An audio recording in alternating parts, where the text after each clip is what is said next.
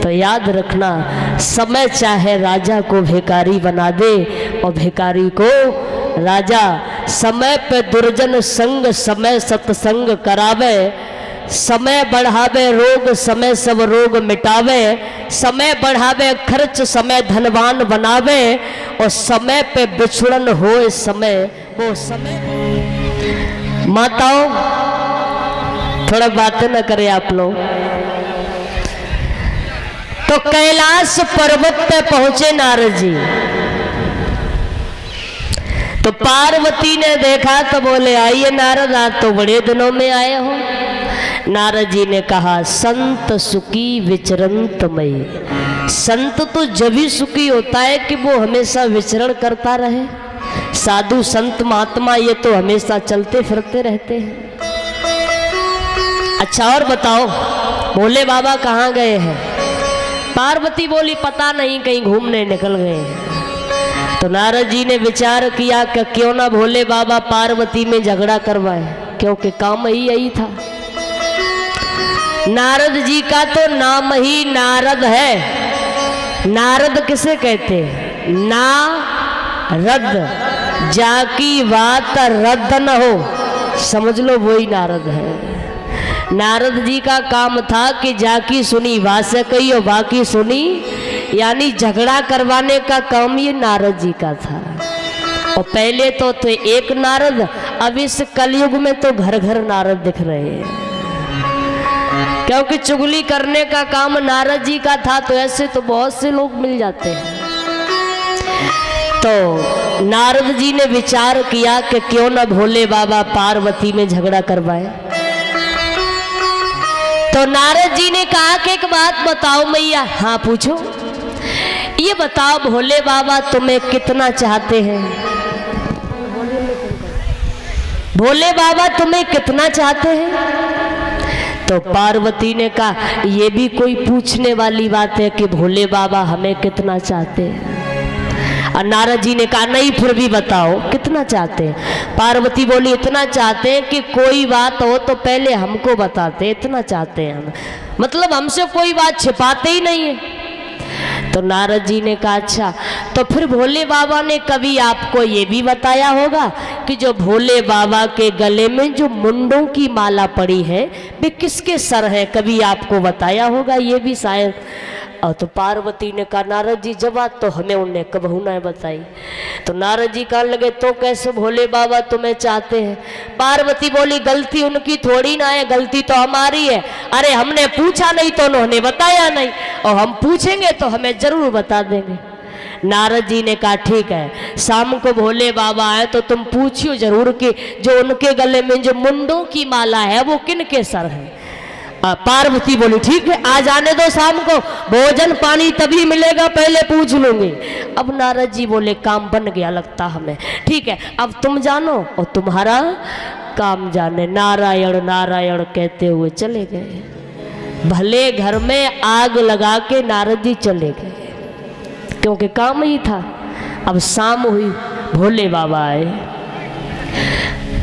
जवाब दिया पार्वती। अब पार्वती गुस्सा होके बैठ गई, बहुत गुस्सा है। भोले बाबा ने कहा पार्वती, अरे पार्वती बताओ तो सही की बात क्या है, आप ऐसे गुस्सा क्यों बैठी हो?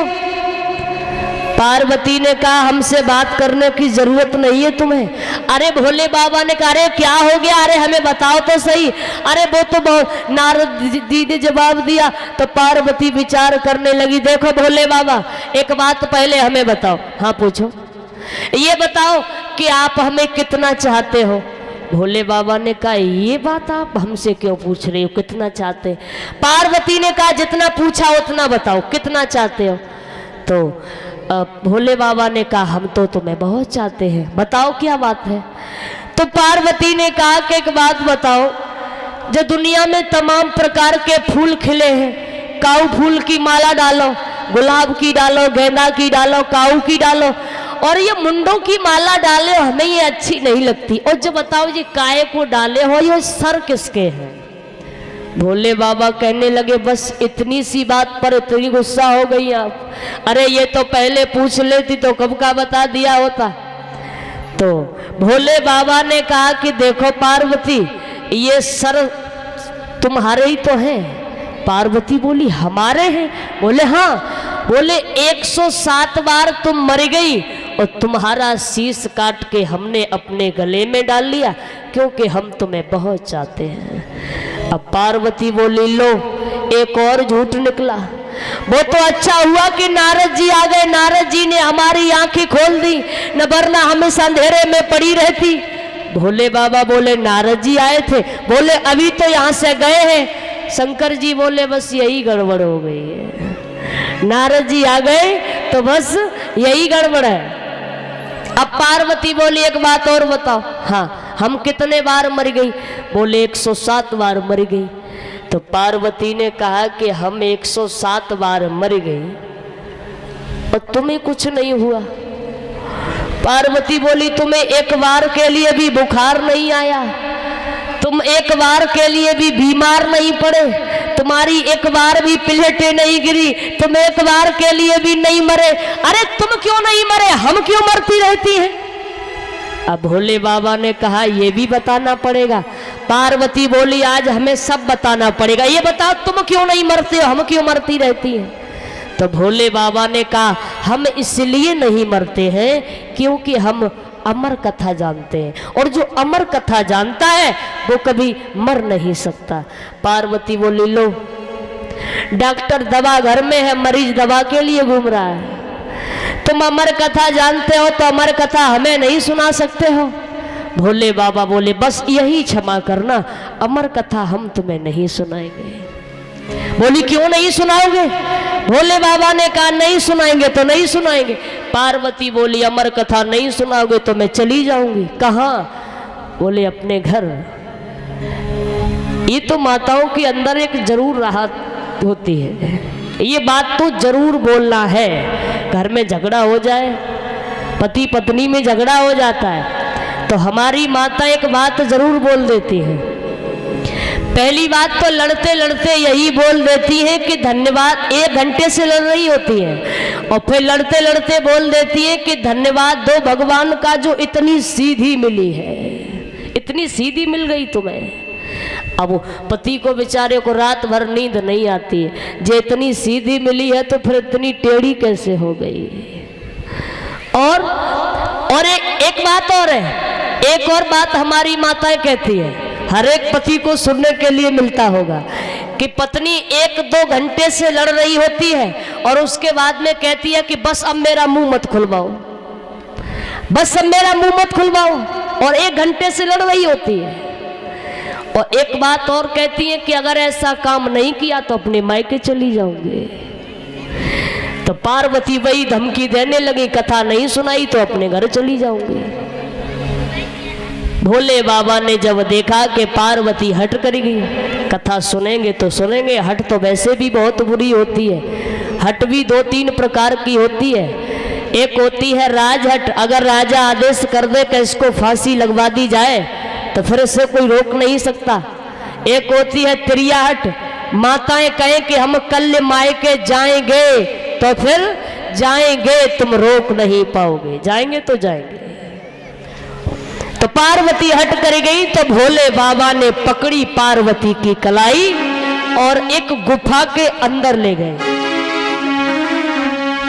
डमरू बजाया, जितने पक्षी थे सारे पक्षी उड़ गए।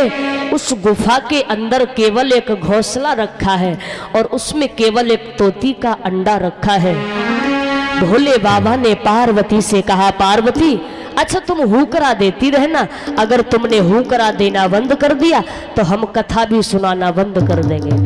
हमारे बड़े बूढ़े कोई कहानी सुनाते हैं ना तो नाती को पास बैठा लेते हुकरा देने के लिए। तो पार्वती से बोले कि ठीक है हुकरा देना, हम तुम्हें कथा सुनाएंगे। तो कछु देर तक तो पार्वती जगती रही। और कुछ देर के बाद क्या हुआ, भोले बाबा कथा सुना रहे हैं और पार्वती कथा सुन रही है कि बाम अंग पे महादेव जी बैठे आसन मारे, अमर कथा को लगे सुनाने गोरा के त्रिपुरारी उमा के पर गए सोता हूँ करा दे रो तोता उमा के पर गए सोता हूँ करा दे रो तोता।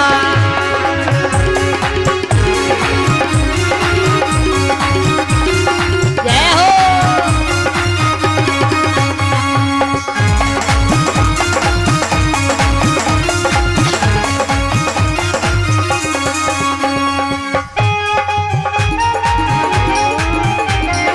बोलिए शंकर भगवान की जय हो।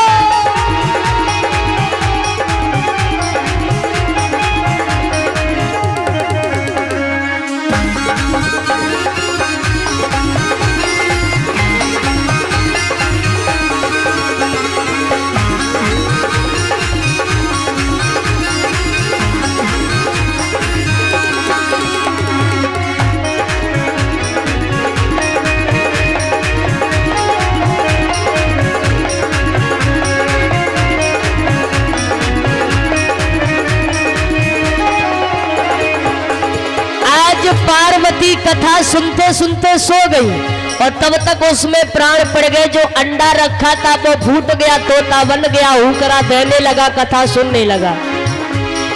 बाम अंग पे महादेव जी बैठे आसन मार, अमर कथा को लगे सुनाने गोरा के त्रिपुरारी उमा के पर गए सोता हूँ करा दे रो तोता उमा के पर गए सोता हूँ करा दे रो तोता।